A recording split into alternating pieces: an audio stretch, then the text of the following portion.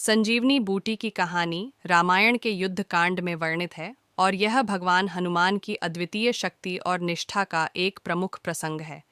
यहाँ इस कहानी का विस्तार से विवरण दिया गया है। राम और रावण के बीच भीषण युद्ध चल रहा था।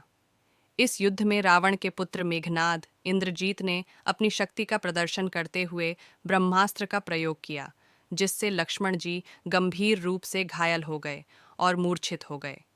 लक्ष्मण जी के इस अवस्था को देखकर श्री राम अत्यंत दुखी हो गए और सभी वानर सेनापति चिंतित हो गए। वैद्य सुषेण ने लक्ष्मण जी की स्थिति देखकर बताया कि उन्हें जीवित रखने के लिए संजीवनी बूटी की आवश्यकता है। यह बूटी हिमालय पर्वत पर द्रोणगिरि पर्वत के निकट पाई जाती है। सुषेण ने कहा कि यह बूटी सूर्योदय से पहले लानी होगी, अन्यथा लक्ष्मण जी को जीवित रखना असंभव होगा। हनुमान जी ने तुरंत इस महत्वपूर्ण कार्य को पूरा करने की जिम्मेदारी ली। उन्होंने अपने विशालकाय रूप को धारण किया और वेग से उड़ते हुए हिमालय की ओर प्रस्थान किया। वे हिमालय पहुंचे और उन्होंने द्रोणगिरि पर्वत को ढूंढा।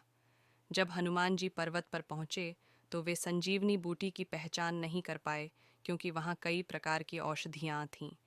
समय बीतता जा रहा था और हनुमान जी को बूटी को पहचानने में कठिनाई हो रही थी।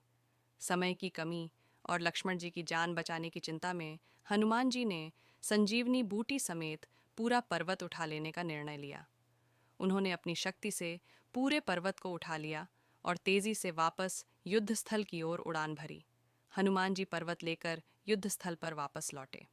वैद्य सुषेण ने संजीवनी बूटी को पहचाना और उसका प्रयोग करके लक्ष्मण जी को पुनः जीवित कर दिया।